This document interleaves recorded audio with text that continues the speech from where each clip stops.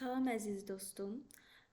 Biz deməli kimyagərlik kanalındayıq və üçüncü mövzumuz kimyəvi elementlər, onların simvollarıdır.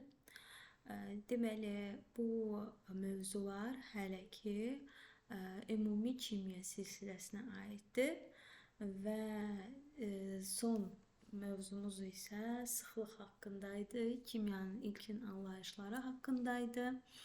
İndi isə çox maraqlı bir mövzu gəlir və ondan sonra da artıq kimyəvi elementləri bitirdikdən sonra biz yavaş-yavaş qeyri-üzvi kimyaya keçəcəyik. Kimyəvi element nədir? Gəlin onu deyək ilk öncə. Kimyəvi element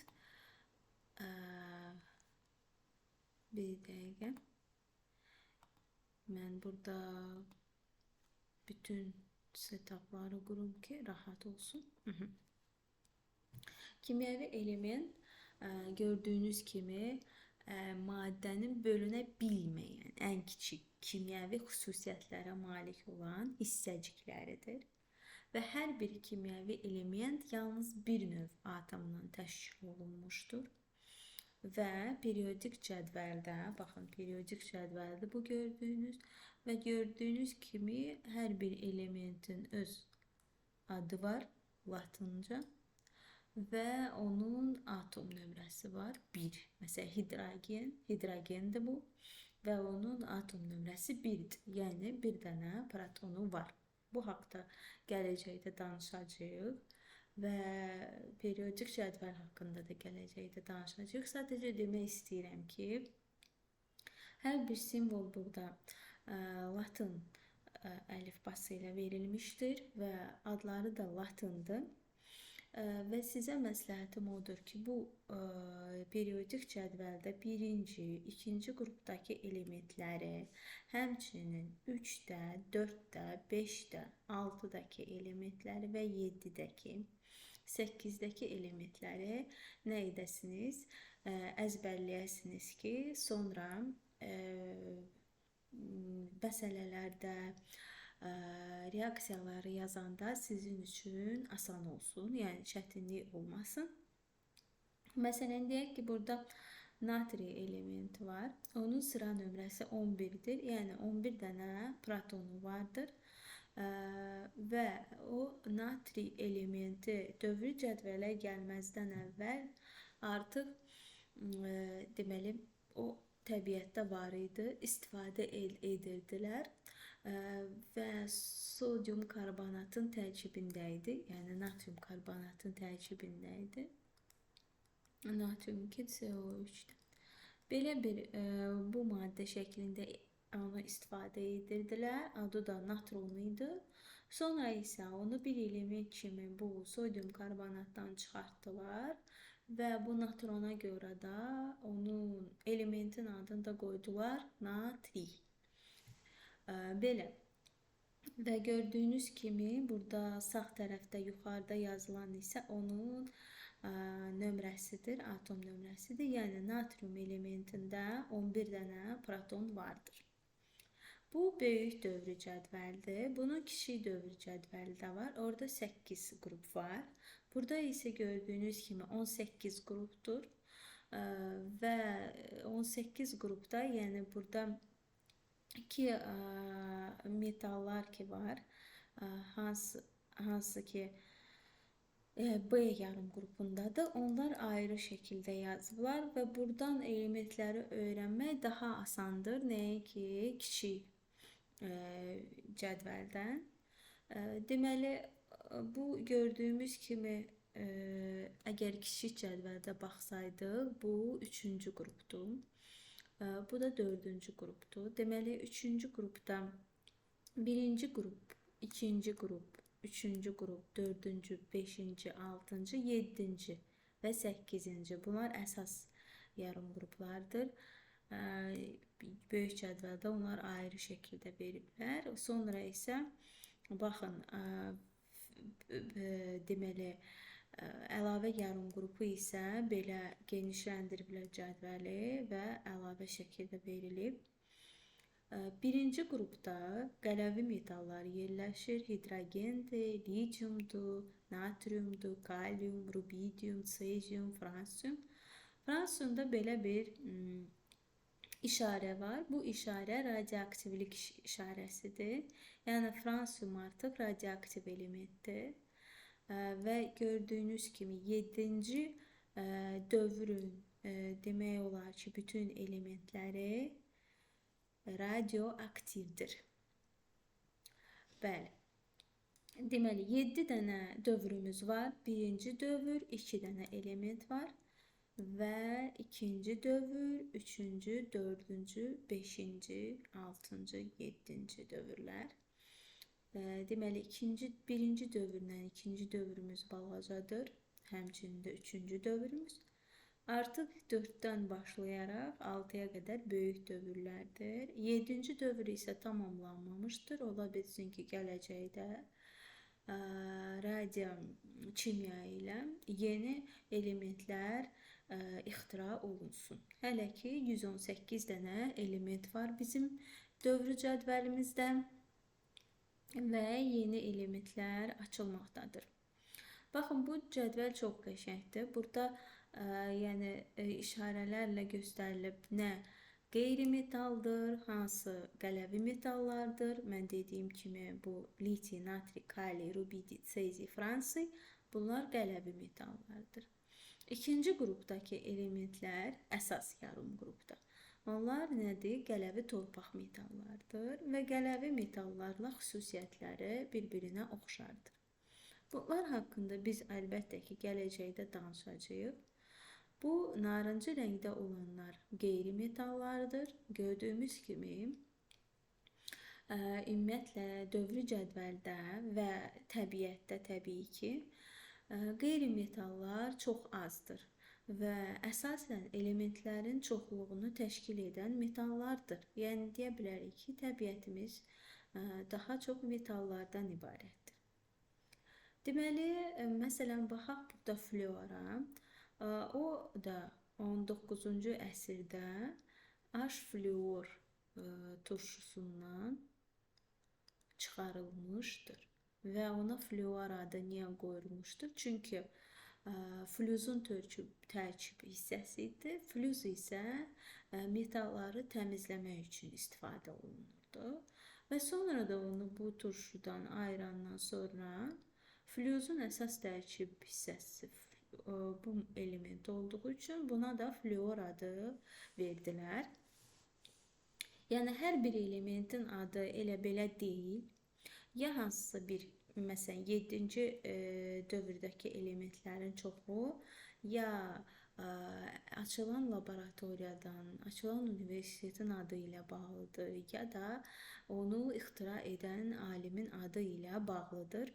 Bir də ki, burada gördüyünüz kimi qırmızı rəngdə 2 dənə xana var ki, orada 57-ci elementdən 71-ci elementə qədər bunlarla tanıyırlardır və xassələri eyni olduğu üçün və dövrü cədvəlin formasının itməməsi üçün onları yerləşdiriblər bir belə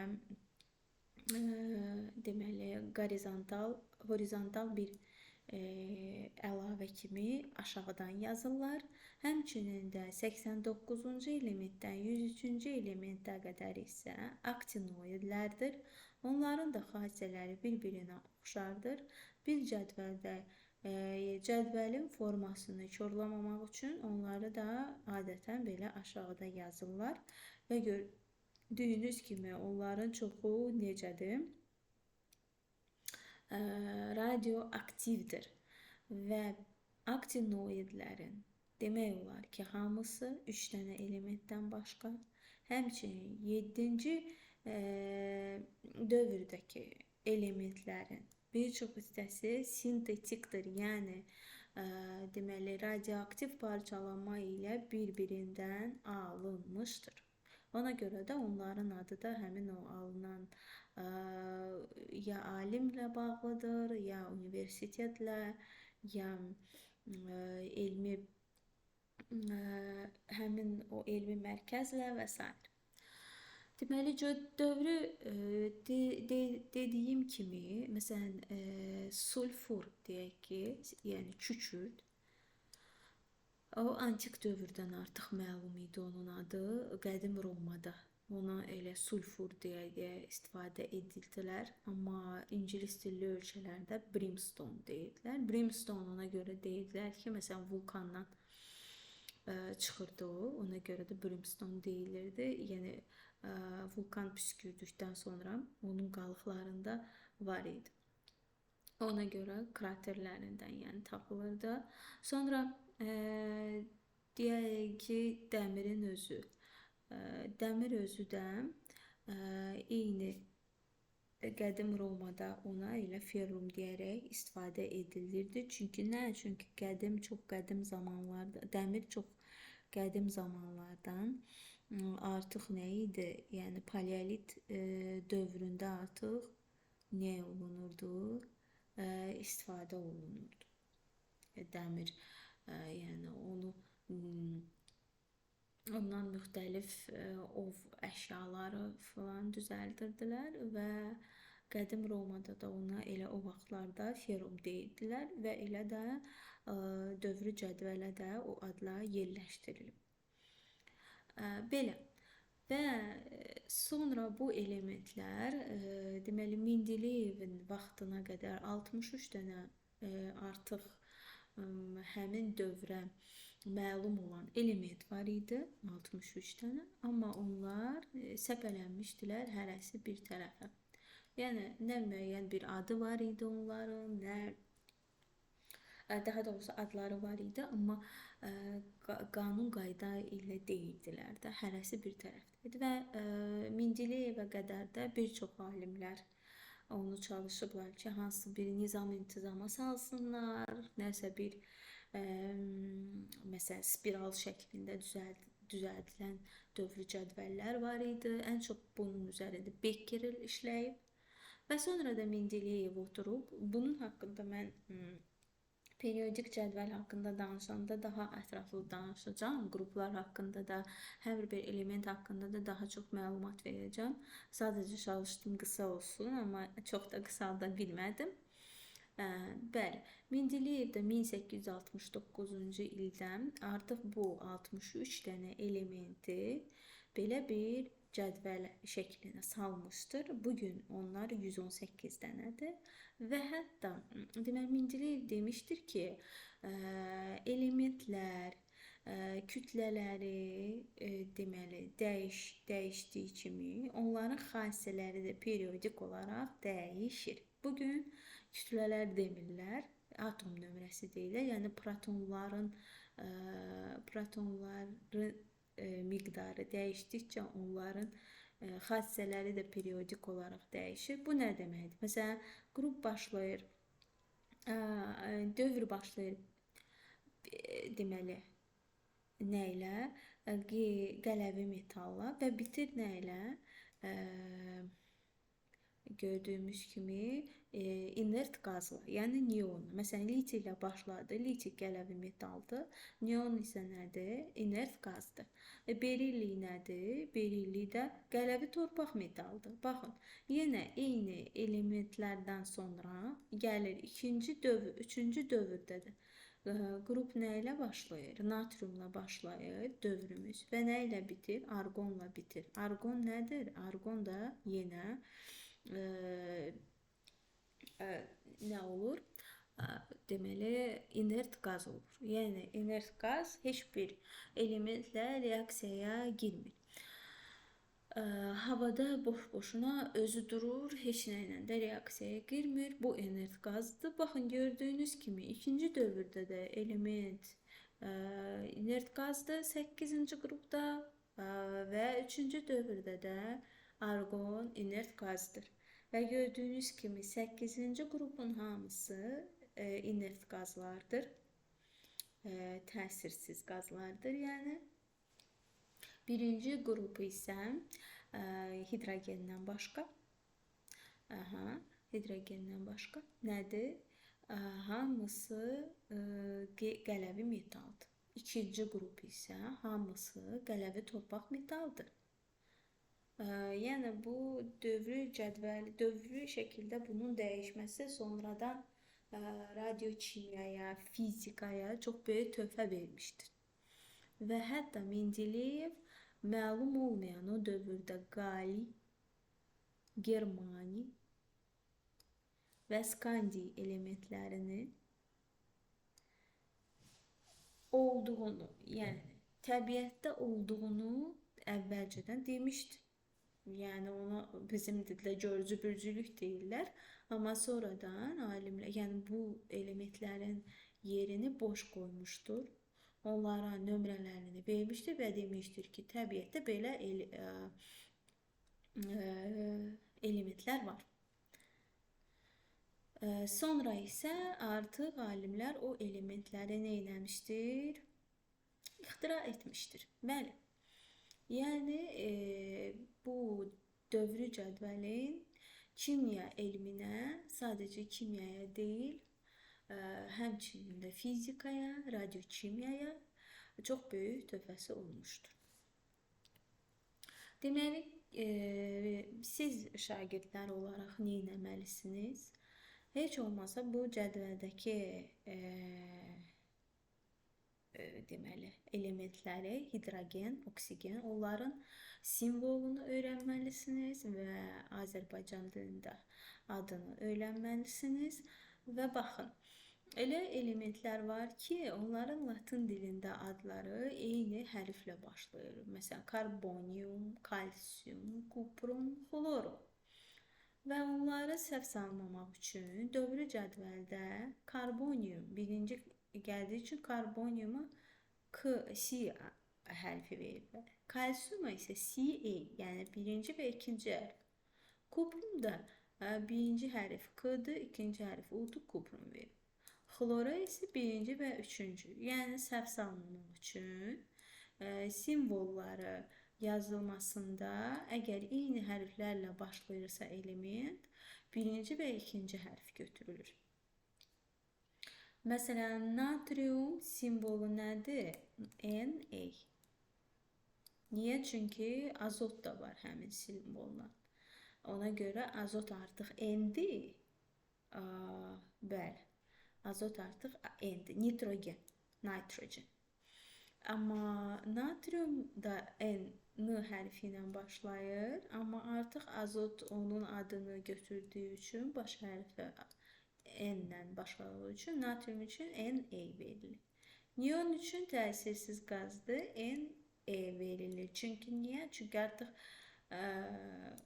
azotda N hərfi var, N hərfi var, natriumda N-dır, neonda N-dir. Dəmir üçün ferrum. Bəli, ferrum. Niyə ferrum? Çünki niyə sadəcə F deyil? Çünki fluor üçün artıq sadəcə F var. Yəni fluor artıq F-ni almışdır. Sonra kalsium üçün nədir? Ca. Onun deməli burada izah elədim ki, 4 dənə element artıq C hərfi ilə başladığı üçün birinci və ikinci. Sadəcə karbonda ilk C hərfi işlənilir. Mis üçün dedik ki, Cu və silisium üçün Sa. Niyə?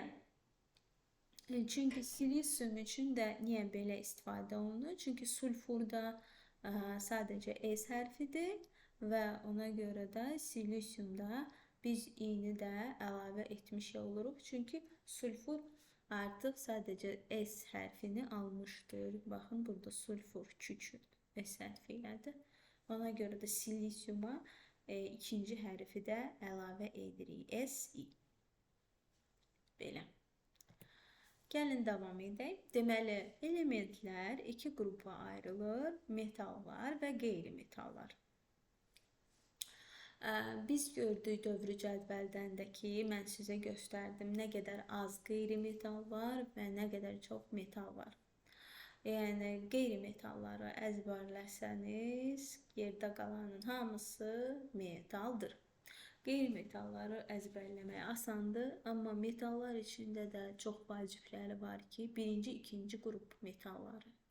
Ümumiyyətlə 8 qrupun əsas yarım qruplarını simvollarını, adlarını əzbərləsəz daha yaxşıdır.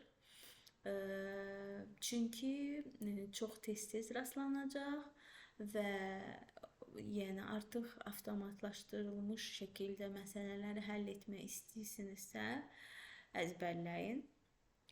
Metalların da deməli və qeyri-metalların xassələri bir-birindən fərqlidir. Metallar adətən necə olurlar?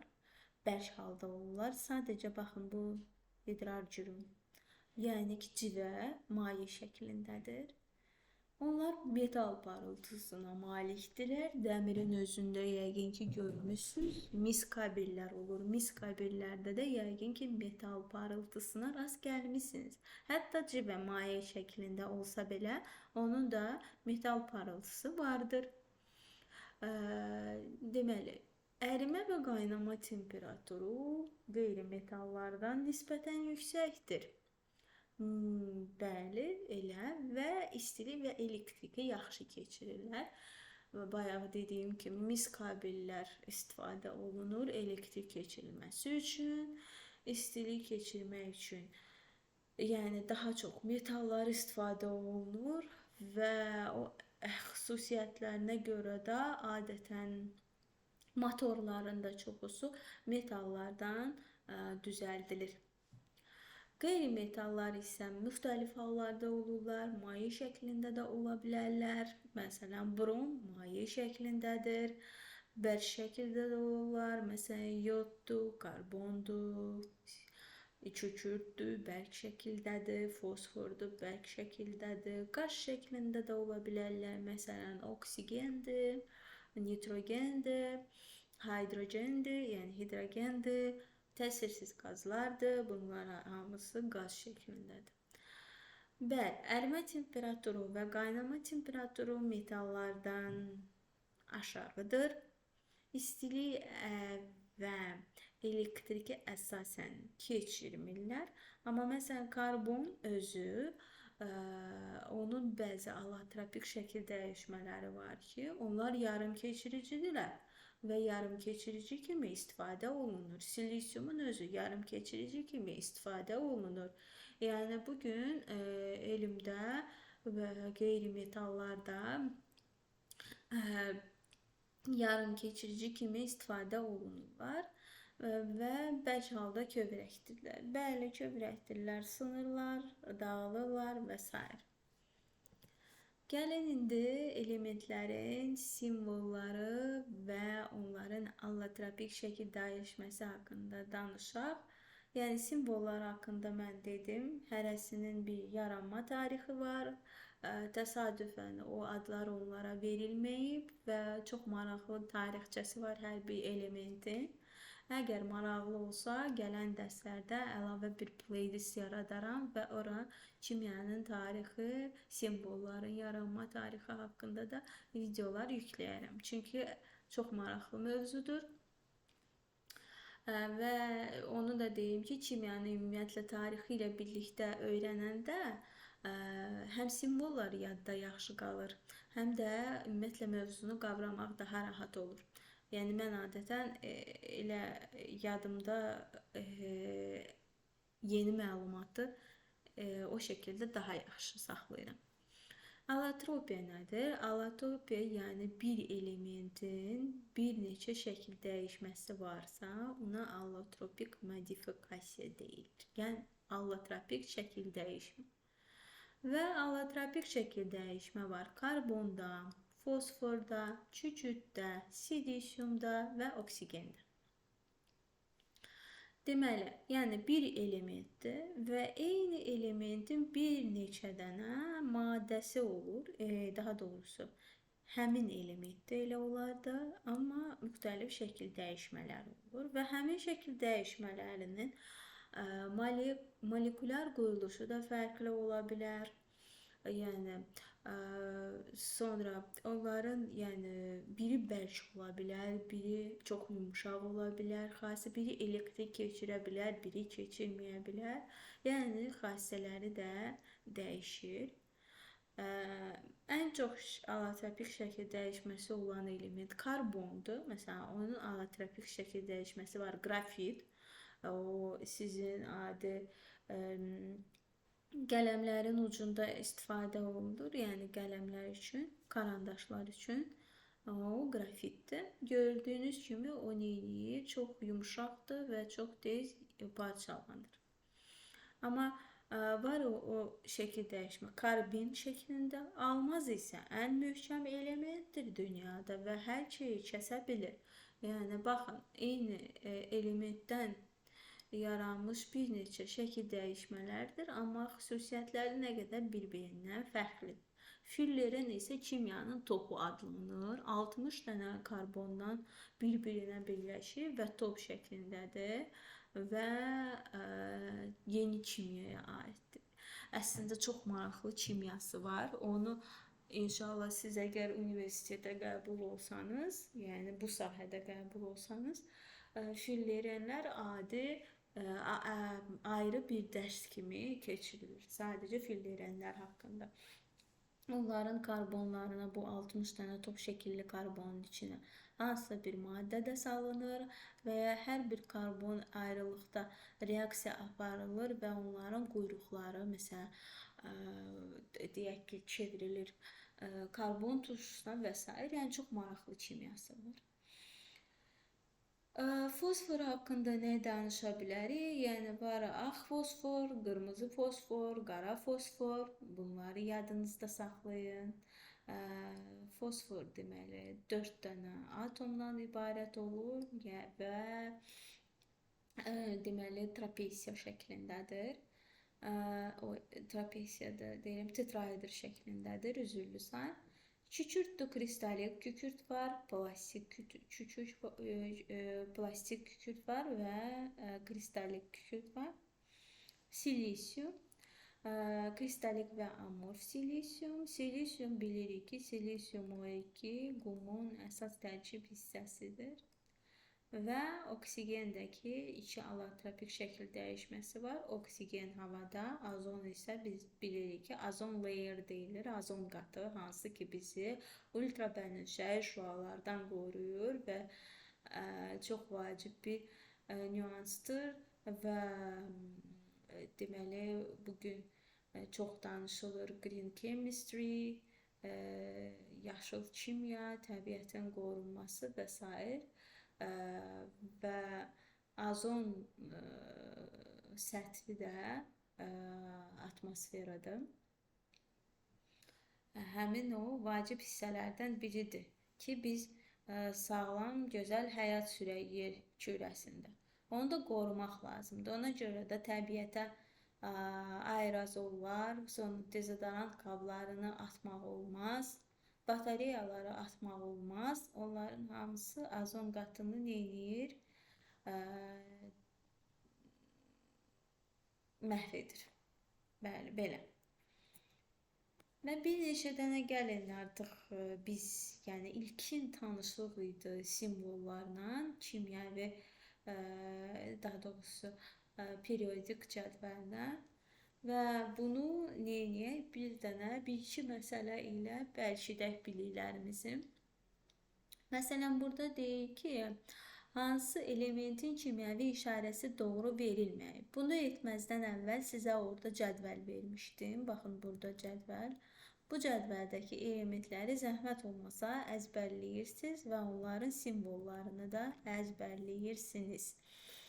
Burada var fluor F hərfi ilə. Mən bayaq demişdim ki, fluor F hərfi ilədir, dəmir, ferrum. İkinci hərf ona görə verilir ki, çünki artıq fluor F hərfini götürmüşdür. Kalium K hərfi ilə düzdür, dəmir, ferrum bayaq dedim düzdür. Azot, nitrogen düzdür, civə isə C hərfi ilə tamamilə yanlışdır. Cibənin işarəsi bayaq metallara baxdığımızda dedim.